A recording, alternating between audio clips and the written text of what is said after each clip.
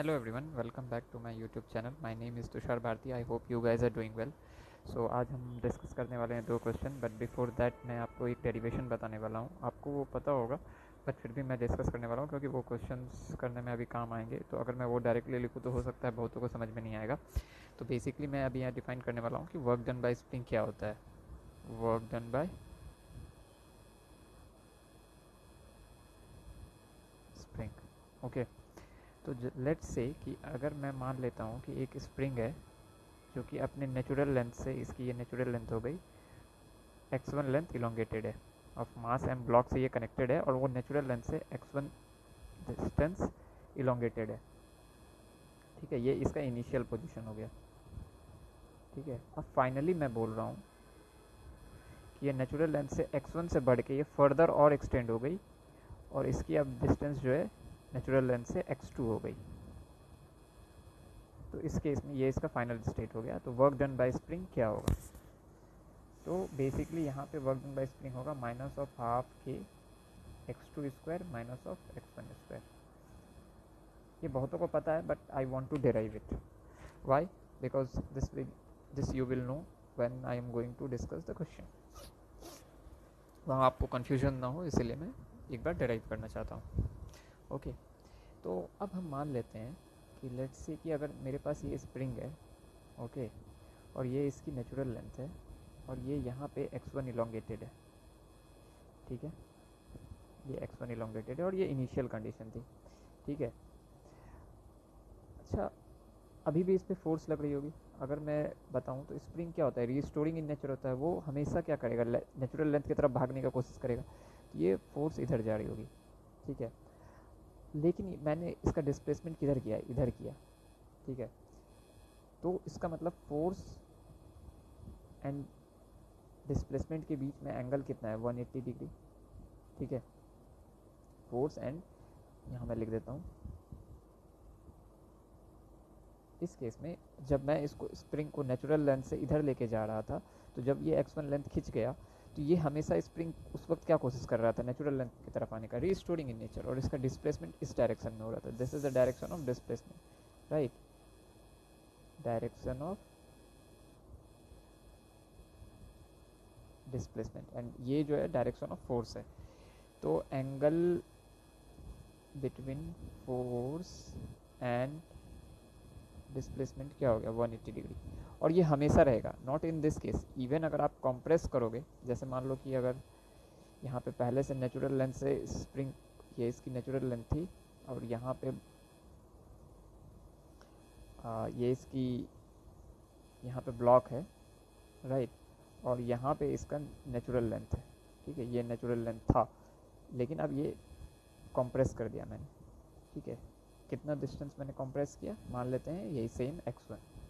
तो अगर मैं नेचुरल लेंथ से इसको x1 कंप्रेस कर दूं तो इस केस में भी क्या हो रहा होगा, इस केस में स्प्रिंग इसको नेचुरल लेंथ की तरफ ठेल रहा होगा. तो इसका फोर्स इधर लग रहा है और इसका डिस्प्लेसमेंट मैंने किधर किया, इधर. तो अगेन इस केस में भी आप देखो कि मैं ब्लॉक को इधर लेके जा रहा हूँ, मतलब डिस्प्लेसमेंट इधर हो रही है. और उस हर वक्त ये स्प्रिंग चाह रहा है कि अपने नेचुरल लेंथ की तरफ जाए, तो उस पर फोर्स इस डायरेक्शन में लग रही होगी. तो फोर्स और डिस्प्लेसमेंट के बीच में एंगल कितना है, 180 डिग्री. तो ये हमेशा होता है.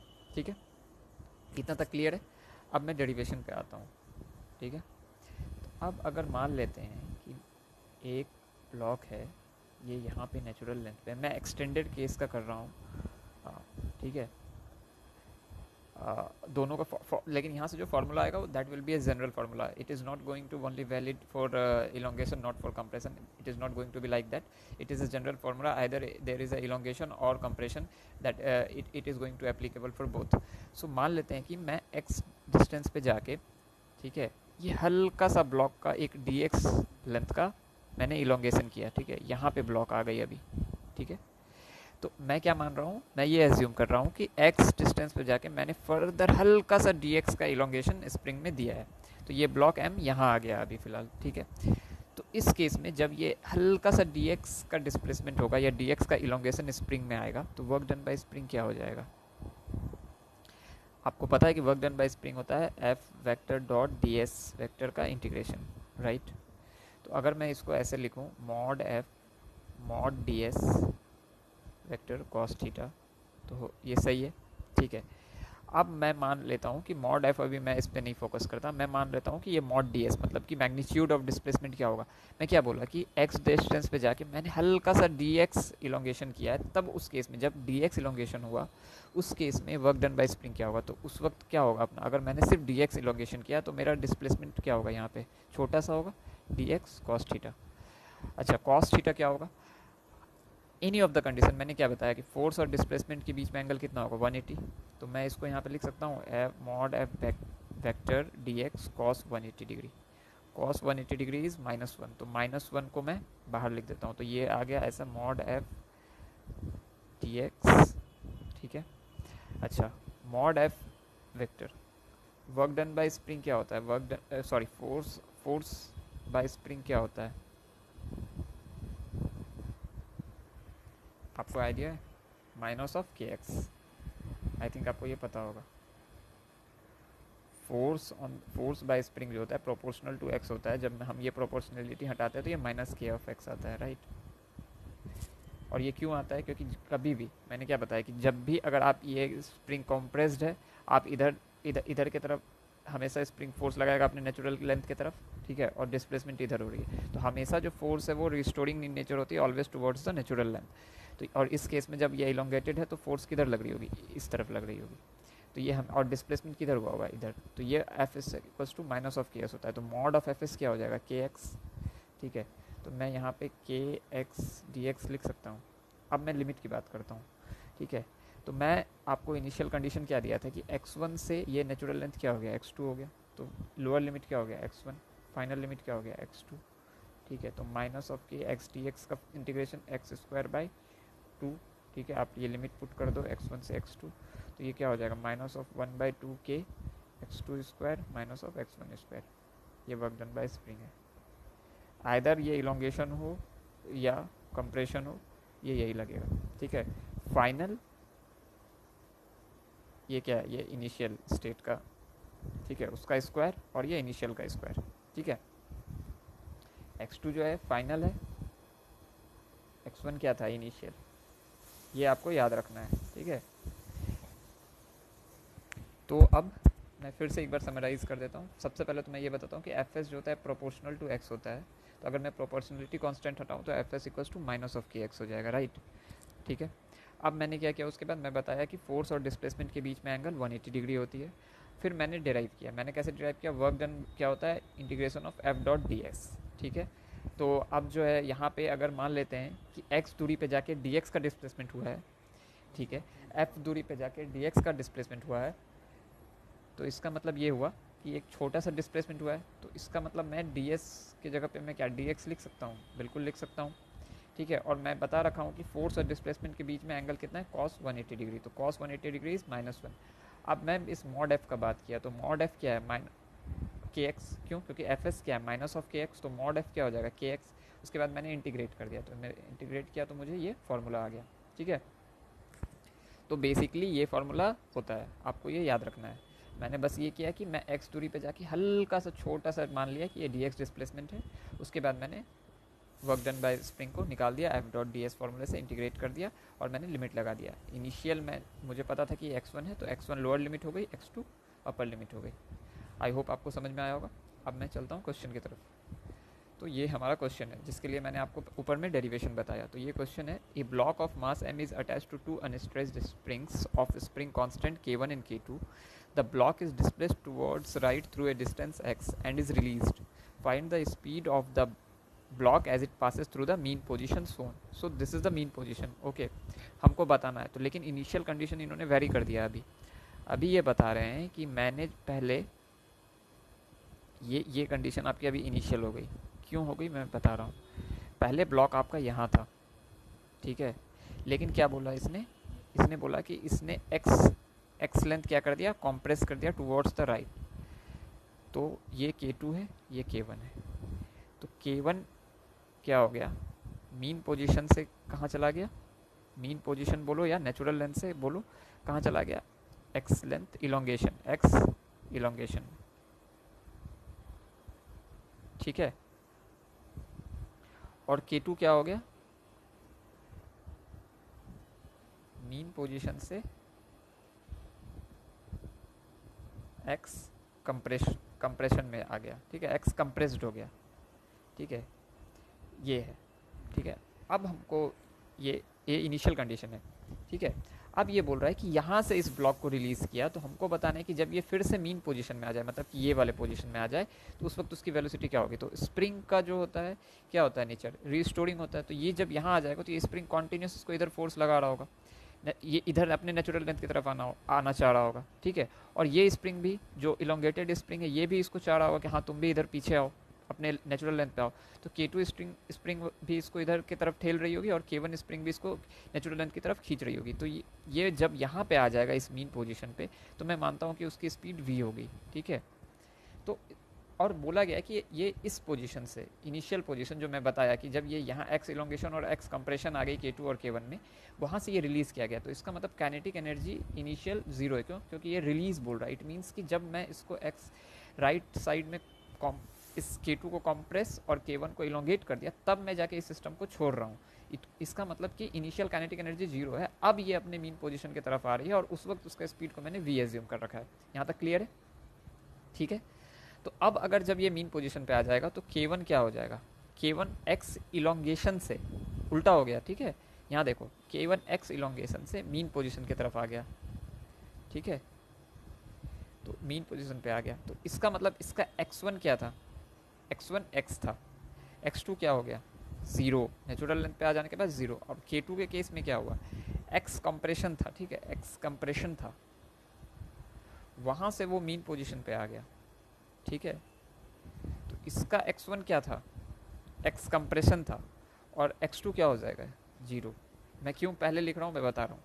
अब अगर मैं वर्क एनर्जी थ्योरम लगाऊं तो work done by spring 1 plus work done by spring 2 equals to kinetic energy final minus kinetic energy initial. Kinetic energy initial is zero, okay. Work done by spring 1 equals to minus of half k x2 square minus of x1 square half k1 plus of work done by spring 2 equals to minus of, ये मैं अंदर कर देता हूँ, bracket में लिखता हूँ, minus of half k2 x2 square minus of x1 square, ठीक है, equals to kinetic energy final. Kinetic energy final को मैंने मान लिया कि जब ये मीन पोजीशन पे आ रहा है तो इसकी स्पीड क्या है, v है, तो half of m v square, right, ये मैंने एज्यूम कर लिया। तो अगर आप देखो अब यहाँ पे तो माइनस ऑफ हाफ के, क्या बोला मैंने कि ये पहले मैं K1 का बात करूँ तो K1 कहाँ से कहाँ आया, ये नेचुरल लेंथ था, ये यहाँ पे x इलोंगेटेड था और यहाँ से ये यहाँ आ गया, ठीक है। तो ये x से यहाँ आ गया, तो नेचुरल लेंथ में आया, तो इसकी x2 क्या हो गई, ज़ीरो, और x1 क्या था इसका x। सिमिलरली अगर मैं K1 का बात करूँ, सॉरी ये K1 था, K2 का बात करूँ जो कि पहले से क्या था, कॉम्प्रेस था, ठीक है, ये पहले से कॉम्प्रेस थी ना, ये कॉम्प्रेस थी, कितने लेंथ, नेचुरल लेंथ इसका यहाँ कहीं था, ये यहाँ से कितना था, x कंप्रेस था, तो ये इनिशियल कंडीशन था। तो इसका मतलब ये x1 इसका क्या है, x है। अब अगर जब ये अपनी नेचुरल पोजीशन पे आ जाएगा तो इसका x2 क्या हो जाएगा, जीरो हो जाएगा। यहाँ पे क्या था, ये इलोंगेटेड था, ध्यान से सुनिए, यहाँ पे ये इलोंगेटेड था तो पहले इसका x1 x था, x2 क्या हो गया, ज़ीरो। यहाँ पे क्या था, ये कंप्रेस्ड था, ठीक है, तो इसका x1 पहले से ही x था, ये x था, नेचुरल लेंथ से x था, है ना। और अब ये फाइनली ये नेचुरल लेंथ पे आ गया तो x2 क्या हो गया, ज़ीरो आ गया। तो अब मैं K1 का बात कर रहा हूँ, तो K1 में x2 क्या था, ज़ीरो, तो zero minus of x1 square is x square, ठीक है, plus of minus of half K2, ठीक है, x2 स्क्वायर, x2 क्या है यहाँ, zero, minus of x1 equals to क्या था, यह x ही था, ठीक है, तो x का स्क्वायर। आई होप कि आपको समझ में आएगा, हाफ एम वी स्क्वायर, ठीक है। तो ये माइनस माइनस क्या हो जाएगा, प्लस, तो K1, ये K1 है, K1 एक्स स्क्वायर बाई 2, ये भी माइनस माइनस क्या हो जाएगा, प्लस, तो मैं ब्रैकेट हटा सकता हूँ, K2 x square by 2 equals to m v square by 2, 2 is cancelled out, so x square को अगर मैं कॉमन ले लूँ तो K1 plus K2 equals to m v square, right. तो x square K1 plus K2 by m equals to v square, तो v equals to क्या हो जाएगा, root under K1 plus K2 by m, और ये x तो root से बाहर आ जाएगा, तो ये आपका फाइनल आंसर आ जाएगा, ठीक है। तो root under K1 plus K2 by m into x, तो ये first option is the correct option. I hope कि आपको समझ में आया होगा, और अब आपको समझ में आया होगा कि मैंने ये क्यों डिराइव किया। ठीक है, ये फार्मूला मैंने क्यों डिराइव किया। यहाँ तक क्लियर है? ओके। सेकंड क्वेश्चन भी मैं लाया हूँ, मैं सेकंड क्वेश्चन भी आपके साथ डिस्कस करना चाहता हूँ। सो पहले मैं ये पढ़ देता हूँ। Potential energy of a particle of mass m depends on distance y from line A B according to a given relation u equals to k upon root under y square plus a square, where k is a positive constant. So k जो है positive constant है।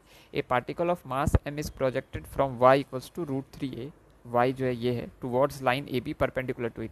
सो ये y जो है A B के perpendicular, ये y है, this is y। Okay, ये y है। ठीक है, हमको बताना है कि minimum velocity so that it can not return to its initial point is, ये है √k/√k/a n m, और हमको n का ये वैल्यू बताना है, कैलकुलेट n बताना है हमको। ठीक है, तो बेसिकली क्वेश्चन क्या कह रहा है मैं बता देता हूँ आपको सिंपल फॉर्म में, कि क्वेश्चन ये कह रहा है कि आपको एक मिनिमम वेलोसिटी बतानी है, ऐसा बताना है कि वो फिर से अपने इस इनिशियल पॉइंट यहाँ पे वो कभी ना आए, और आपको एक फंक्शन दिया हुआ है u equals to k upon root under a square plus y square. So clearly अगर a कांस्टेंट है, k is a positive constant और a भी कांस्टेंट है। ठीक है, क्योंकि a जो है इसके बीच का यहाँ का डिस्टेंस बताया गया है a और b के बीच का, और यहाँ से यहाँ तक का डिस्टेंस a, और यहाँ इस मिड पॉइंट से b का डिस्टेंस क्या है, a है। तो a and k are constants. तो इसका मतलब u जो है क्या है, u जो है फंक्शन ऑफ y है, राइट। y अगर वेरी करेगा तो u भी वेरी करेगा। बेसिकली अगर ये डिस्टेंस वेरी कर रही होगी, ये perpendicular to A B distance अगर वेरी कर रही होगी, ये वाली डिस्टेंस अगर वेरी कर रही होगी, तो आपका u भी वेरी कर रहा होगा। u is nothing but A potential energy. ठीक है, अगर आप यहाँ पे रखोगे पार्टिकल को तो कुछ और पोटेंशियल एनर्जी आएगा, यहाँ रखोगे तो कुछ और, यहाँ रखोगे तो कुछ और। तो ये बेसिकली ये रिलेशन आपको बता रहा है कि u is vary according to the y। ठीक है, तो आपको बताना है कि जब y इक्वस टू √3a है, वहाँ से अगर आप इसको ए बी की तरफ प्रोजेक्ट करो, मतलब कि कोई एक y इक्वस टू √3a है, वहाँ से आप प्रोजेक्ट कर रहे हो, तो ऐसा क्या स्पीड होगा, मिनिमम स्पीड, कि ये फिर कभी इस पॉइंट, इनिशियल पॉइंट पे आए ही नहीं। मतलब आप समझ पा रहे हो क्या कहना चाह रहा है? Think of it, what it is trying to say. Basically आपको अगर पोटेंशियल एनर्जी दिया हुआ है, तो मैं एक छोटा सा ग्राफ बनाता हूँ, ये और ये का, ठीक है, और एक ये। तो अब आई थिंक आपको बहुतों को समझ में आ गया होगा कि अगर ये इक्विलिब्रियम पोजीशन है यहाँ पे और एक यहाँ पे, ठीक है, बेसिकली मैं इन दोनों की बात करता हूँ, इसकी नहीं। तो ये क्या है, ये स्टेबल इक्विलिब्रियम है, राइट, ये स्टेबल है, और ये क्या है, अनस्टेबल। तो आपको ये बोल रहा है कि आपको ऐसा मिनिमम वेलोसिटी बताना है कि ये कभी वापस ही ना आए। अच्छा ठीक है, अगर मैं इस अनस्टेबल इक्विलिब्रियम की बात करूँ, तो अगर मैं इस पे यहाँ पे हल्का सा फोर्स दे दूंगा, तो क्या फिर से ये कभी वापस आएगा इस पोजीशन पे? कभी नहीं। लेकिन अगर मैं यहाँ इस स्टेबल इक्विलिब्रियम में अगर इस पार्टिकल को हल्का सा भी स्पीड दूँ ऊपर की तरफ, तो ये थोड़ा देर के लिए ऊपर जाएगा, फिर इसका जब काइनेटिक एनर्जी 0 हो जाएगा, ठीक है, तो ये फर्दर यहाँ और पोटेंशियल एनर्जी मैक्सिमम हो जाएगा, तो ये फिर से अपने पोटेंशियल एनर्जी को कम करता हुआ, काइनेटिक एनर्जी को बढ़ाता हुआ कहाँ आ जाएगा, स्टेबल इक्विलिब्रियम के पास। तो इसमें से, इन दोनों में से हमको इस क्वेश्चन में किसके बारे में पूछा जा रहा है? It is saying that it can not return to its initial point. It means कि it is talking about unstable equilibrium, right. ये क्लियर है? अब देखो आप, ये कितना सुंदर क्वेश्चन है ये। u equals to root under k upon root under a square plus y square. Okay, अब अनस्टेबल इक्विलिब्रियम क्या होता है कि अगर आप du/dx करो, कोई भी u as a function of x दिया हुआ है, यहाँ पे u as a function of y है, बट मैं आपको ऐसे u as a function of x बता रहा हूँ, which will be applicable for u as a function of y as well. x and y is nothing but distance होता है, ठीक है। तो du/dx करो, और वो अगर इक्वल्स टू 0 आ जाए, तो वो आपको क्या देगा, पॉइंट ऑफ इक्विलिब्रियम। ये क्या देता है, point of equilibrium. I hope कि आपको ये सब पता होगा। du/dx इक्वल्स टू अगर 0 करो, तो वो आपको पॉइंट ऑफ इक्विलिब्रियम देता है। फर्दर अगर आप डिफ्रेंशिएट करो d2u अपॉन dx स्क्वायर, तो ये आपको बताता है क्या, कि ये इक्विलिब्रियम क्या है आपका, अनस्टेबल है या स्टेबल है। तो अगर आपको जो पॉइंट ऑफ इक्विलिब्रियम आया, अगर आप उस पर d2u/dx स्क्वायर के एक्सप्रेशन में अगर पुट करते हो वो पॉइंट ऑफ इक्विलिब्रियम, अगर वो लेस देन 0 आता है, तो वो क्या होता है, maxima. Maxima means unstable equilibrium, because this is maxima. और अगर d2u upon dx square greater than 0 आता है, तो क्या होता है, minima. Minima means this one, stable equilibrium. So basically हमको अब क्या करना है, हमको पहले सबसे पहले तो एक पॉइंट फाइंड करना है, क्या का, point of equilibrium. After that हमको उस डबल डिफरेंशिएशन में उस पॉइंट को पुट करके देखना है कि वो स्टेबल इक्विलिब्रियम दे रहा है और अनस्टेबल इक्विलिब्रियम दे रहा है। अगर वो अनस्टेबल इक्विलिब्रियम दे रहा है तो उसके बाद हमको प्रोसीड करना है उस पॉइंट पे, कि उस पॉइंट से अगर हम कितने दूर कहाँ तक जाएं जो कि हमको वेलोसिटी मिल जाए। तो मैं क्या कहना चाह रहा हूँ, मैं आपको करूँगा तो शायद आपको ज़्यादा क्लियर होगा। तो सबसे पहले मैं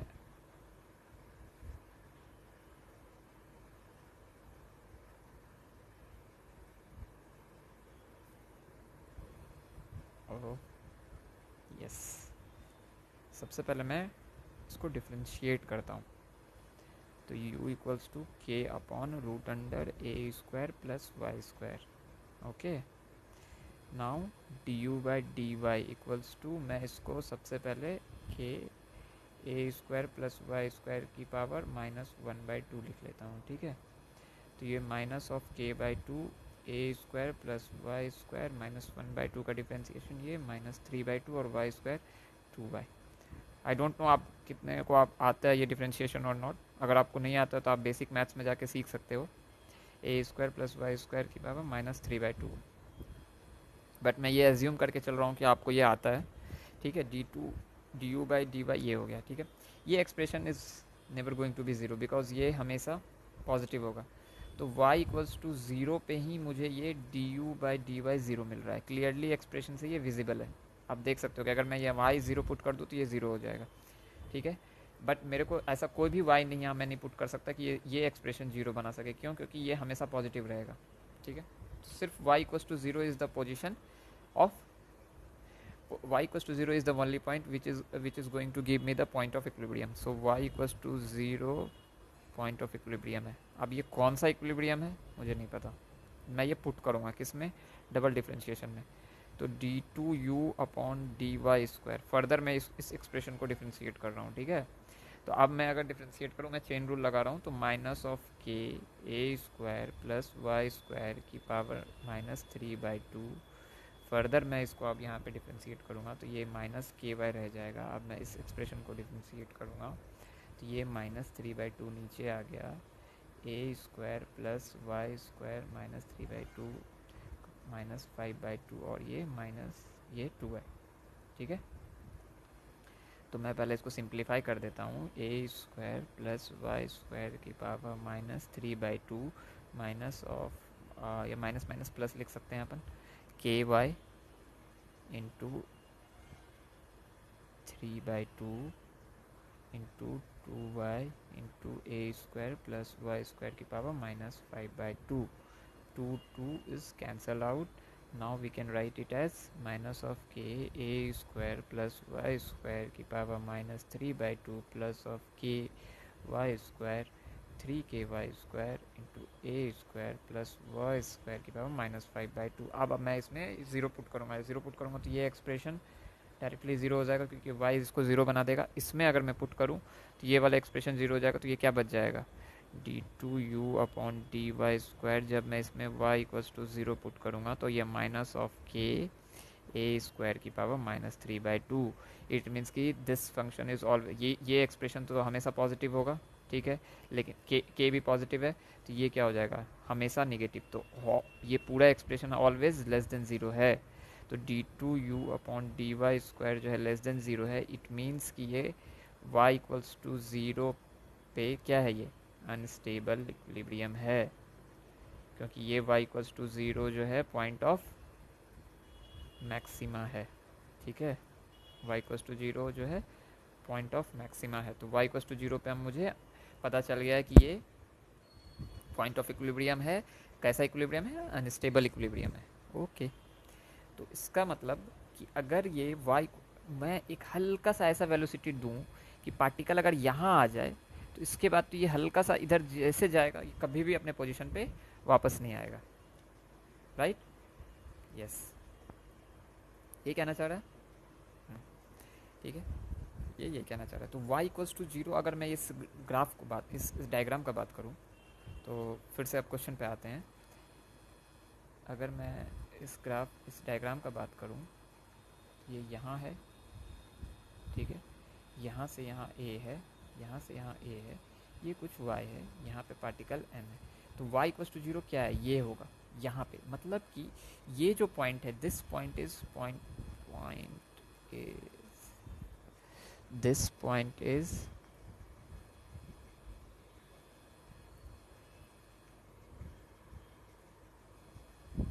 what, this point is unstable equilibrium. It means कि अगर मैं इस पार्टिकल को यहाँ से ड्रॉप कर रहा हूँ, जो कि ये प्रोजेक्ट बोल रहा है, तो अगर मैं यहाँ से इसको ड्रॉप करूँ या प्रोजेक्ट करूँ, जो भी करूँ, तो अगर ये यहाँ पहुँच गया, उसके बाद ये हल्का सा भी अगर यहाँ आया, हल्का सा भी, तो ये it is never going to be go back to this point, right. तो मुझे बताना है कि मैं अगर ये y से इस y, अब अगर क्या क्या बोल रहा है कि मुझे बताना है, रीड केयरफुली, अगर मैं इसको y इक्वल्स टू √3a, तो y इक्वल्स टू √3a से मान लेते हैं कि ये y इक्वल्स टू √3a है, ठीक है, ये y इक्वल्स टू √3 है। मतलब कि मैं यहाँ से अगर प्रोजेक्ट करूँ, ठीक है, और ये किसी भी हाल में अगर ये जस्ट यहाँ पे पहुँच गया, तो ये क्या पॉइंट ऑफ अनस्टेबल इक्विलिब्रियम है, तो ये यहाँ जैसे अगर पहुँचा, तो उसके बाद ये इधर गिर जाएगा या फिर इधर गिर जाएगा, उसके बाद ये this is never going to be come back here to its initial point, ठीक है। तो अगर ये यहाँ तक पहुँच गया, उसके बाद ये कभी भी इनिशियल पॉइंट पे नहीं आएगा, तो उसके लिए मुझे बतानी है कि वो मिनिमम स्पीड क्या होगी। बहुत सिंपल है, तो मुझे यहाँ प्रोजेक्ट करना है, मतलब कि फेंकना है इस तरह से पार्टिकल कि अगर ये पार्टिकल, ये वाली पार्टिकल अगर ये यहाँ पे आ जाए, तो उसके बाद ये हल्का सा जैसे ही आगे आएगा, तो ये कभी भी इनिशियल पोजीशन पे नहीं आएगा। तो उसके लिए मुझे मिनिमम स्पीड निकालिए। मैं बार बार ये इसीलिए बोल रहा हूँ ताकि आपको कॉन्सेप्ट समझ में आए। ओके ठीक है, मैं पहले तो फाइंड करूँगा कि y इक्वल्स टू √3a पे इसकी पोटेंशियल एनर्जी क्या है, तो k बाय ये √y² क्या हो जाएगा, 4a² हो जाएगा, ये k/2a आ जाएगा, ठीक है। तो यहाँ आई होप कि आपको यहाँ तक समझ में आया होगा कि पोटेंशियल एनर्जी, अब मैंने बता दिया कि y इक्वल्स टू √3a पे k/2a है, ठीक है। अब हमको बताना है कि अब मैंने ये भी फाइंड कर दिया कि this point is point of unstable equilibrium. तो मैं ये कह रहा हूँ कि हमको बताना है कि मैं अगर यहाँ से किसी एक v वेलोसिटी से अगर इस पार्टिकल को प्रोजेक्ट करूँ, तो ऐसे कौन सी ये मिनिमम वेलोसिटी v होगी ताकि ये पार्टिकल जब यहाँ पे आए तो उसके बाद ये कभी आए नहीं। तो उसके लिए मैंने बताया था कि ये अगर कि सबसे पहले मुझे पॉइंट ऑफ इक्विलिब्रियम पॉइंट करना और फिर पता लगाना है कि वो स्टेबल है या अनस्टेबल इक्विलिब्रियम है। तो अगर अनस्टेबल इक्विलिब्रियम में क्या होता है कि अगर मैं यहाँ तक किसी तरह से अगर मान लो कि आप ये पार्टिकल अगर जब यहाँ से यहाँ गिर रहा होगा, तो इसके बाद ये कभी भी वापस आएगा, कभी भी वापस नहीं आएगा। तो यही चीज़ यहाँ भी एप्लीकेबल हो रही है कि अगर मैं कुछ v वेलोसिटी से इसको या v स्पीड से प्रोजेक्ट करूँ, तो एक बार जब ये यहाँ आ गया, इसका मतलब कि ये यहाँ जैसे अगर मान लेते हैं कि ये यहाँ आ गया ऐसे करके, ठीक है, तो यहाँ से उसके बाद ये हल्का सा भी अगर इधर गिरा, तो ये हमेशा गिरता ही चला जाएगा। It is never going to be come back to this point, ठीक है। तो यहाँ भी वही बोल रहा है कि आपको किस स्पीड से प्रोजेक्ट करना है। ये आप क्वेश्चन में देखो, ये कह रहा है कि at what minimum velocity so that it can not return to its initial point, ठीक है। तो मैं मान लेता हूँ कि वो इनिशियल वेलोसिटी उसकी v है, जिससे कि मैंने इसको प्रोजेक्ट किया। तो जैसे ये यहाँ तक अगर आया, मतलब कि इस पॉइंट तक आया, उसके बाद तो ये हल्का सा भी अगर आगे गया तो क्या हो जाएगा, ये गिर जाएगा। तो मतलब कि यहाँ पे आने के बाद हमको बताना है मिनिमम बताना है, तो मिनिमम बताना है इसका मतलब कि यहाँ तक हमको बस बताना है, उसके बाद तो वो हल्का सा भी अगर आगे गया तो वो इस पॉइंट से हमेशा के लिए हट जाएगा। तो इसका मतलब कि हम यहाँ पे देख सकते हैं कि हम मैकेनिकल एनर्जी कंजर्वेशन लगा सकते हैं। क्यों? क्योंकि यहाँ पे कोई भी नॉन कंजर्वेटिव फोर्स नहीं है। तो मैकेनिकल एनर्जी कंजर्वेशन अगर हम लगाएं तो हम क्या कह सकते हैं कि kinetic energy initial plus potential energy initial equals to kinetic energy final plus potential energy final, ठीक है। काइनेटिक एनर्जी इनिशियल क्या है मुझे नहीं पता, लेकिन मेरे को पता लगाना है कि ये मिनिमम वेलोसिटी क्या होनी चाहिए। तो मैं मान लेता हूँ कि वो मिनिमम वेलोसिटी v है, जिससे कि मैं प्रोजेक्ट करूँ। और पोटेंशियल एनर्जी इनिशियल क्या है, k/2a, ठीक है। अब मुझे काइनेटिक एनर्जी फाइनल, अगर जब पार्टिकल यहाँ आ जाए उसके बाद तो मुझे कुछ देना ही नहीं, मुझे तो वही मिनिमम स्पीड फाइंड करनी है कि अगर ये किसी तरह से यहाँ पहुँच जाए, उसके बाद तो ये अगर हल्का सा भी आगे गया तो ये फिर कभी इस पॉइंट पे तो आएगा ही नहीं, राइट। तो यहाँ पे मैं क्या मानूंगा कि यहीं तक बस आना है। तो मैं क्या मानूंगा कि यहाँ पे इसकी फाइनल काइनेटिक एनर्जी क्या हो जाएगी, 0। क्यों? क्योंकि ये मैं मान रहा हूँ कि ये v यहाँ पे क्या हो जाएगी, 0।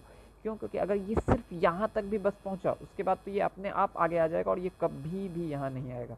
तो मैं फाइनल वेलोसिटी अगर 0 मान लेता हूँ तो काइनेटिक एनर्जी फाइनल क्या हो जाएगा, 0। तो बचेगा क्या ये एक्सप्रेशन में, पोटेंशियल एनर्जी फाइनल। तो पोटेंशियल एनर्जी फाइनल क्या होगा अगर आप, तो उसके लिए हमको क्या बताना है कि यहाँ पे बताना है। तो यहाँ पे पोटेंशियल एनर्जी क्या है, तो यहाँ पे y क्या है, 0। तो u क्या है एट y इक्वल्स टू 0, आप इस एक्सप्रेशन में पुट कर दो।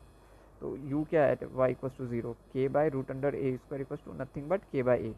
तो अगर मैं इसको फिर से सॉल्व करूँ तो हाफ mv², मैं इसको यहाँ लिख देता हूँ potential energy final minus of k/2a, ठीक है। तो potential energy final equals to k by a minus of k by 2a equals to half m v square. ठीक है, तो अगर मैं इसको सॉल्व करूँ तो आई थिंक ये ऐसा आएगा, ये 2 से कैंसिल हो जाएगा, तो v square equals to k by a m आ जाएगा। ठीक है, तो v equals to root under k by a m आया। ठीक है, और आपको v किस एक्सप्रेशन में दिया था, root under k by A N M, तो यहाँ से पता ए एन एम, तो यहाँ से पता चल रहा है कि n क्या है, 1 है, तो n equals to 1 is the correct answer. तो इसमें आपको सबसे पहले, ये इतना प्यारा क्वेश्चन है कि आपको सबसे पहले तो फाइंड करना है। क्यों? क्योंकि ये क्वेश्चन पढ़ के बहुतों को समझ में नहीं आता कि करना क्या है। जैसे ही आप क्वेश्चन पढ़े उसके बाद आपको समझ में नहीं आ रहा कि करना क्या है, तो ये जब इससे हिंट पड़ता है कि ये कैन नॉट रिटर्न बोल रहा है, इसका मतलब कुछ, और मुझे ये रिलेशन दिया हो तो मुझे कुछ ऐसा फील आ रहा है कि ये अनस्टेबल इक्विलिब्रियम का बात कर रहा होगा। तो उसके लिए मैंने क्या किया, सबसे पहले पॉइंट ऑफ इक्विलिब्रियम फाइंड किया, वो मुझे क्या मिला, 0। उसके बाद मैंने डबल डिफरेंशिएट किया, मैं y इक्वल्स टू 0 पुट किया, तो मुझे दिखा कि हाँ ये literally y equals to 0 is a point of unstable equilibrium. उसके बाद मैंने क्या किया कि मैं पता कर लिया कि अच्छा अगर ये पार्टिकल यहाँ से अगर ये यहाँ आ जाए तो उसके लिए मेरे को मिनिमम स्पीड फाइंड करनी है या वेलोसिटी फाइंड करनी है। तो मैं पता कर लिया कि अगर ये किसी तरह से मैं इसको यहाँ पहुँचा दूँ तो उसके बाद ये कभी भी अपने इनिशियल पॉइंट पे वापस नहीं आएगा। तो यहाँ अगर पार्टिकल पहुँच गया तो उसकी फाइनल वेलोसिटी क्या हो जाएगी, 0। तो उसके लिए काइनेटिक एनर्जी फाइनल मैंने 0 कर दिया, और मैं बोला कि कोई नॉन कंजर्वेटिव फोर्स नहीं है, तो मैंने मैकेनिकल एनर्जी कंजर्वेशन लगा दिया। तो kinetic energy initial, potential energy initial equals to kinetic energy final plus potential energy final. तो काइनेटिक एनर्जी फाइनल क्या हो गया, 0। Potential energy final at y equals to 0 मैंने इस एक्सप्रेशन से निकाल लिया। उसी तरह से मैंने काइनेटिक एनर्जी इनिशियल में वेलोसिटी v मान लिया, तो हाफ एम वी स्क्वायर आ गया। और potential energy initial at y equals to root 3a, क्योंकि दिया हुआ था कि y equals to root 3a से प्रोजेक्ट किया गया ये पार्टिकल को, तो उससे मैंने u निकाल लिया और मैंने इस एक्सप्रेशन में पुट कर दिया, तो मुझे पता लग गया कि v ये आ गई। तो उस हिसाब से n आपका क्या हो जाएगा, 1। तो n equals to 1 is the answer. I hope कि आपको समझ में आया होगा। Thank you for watching, till then tata bye bye.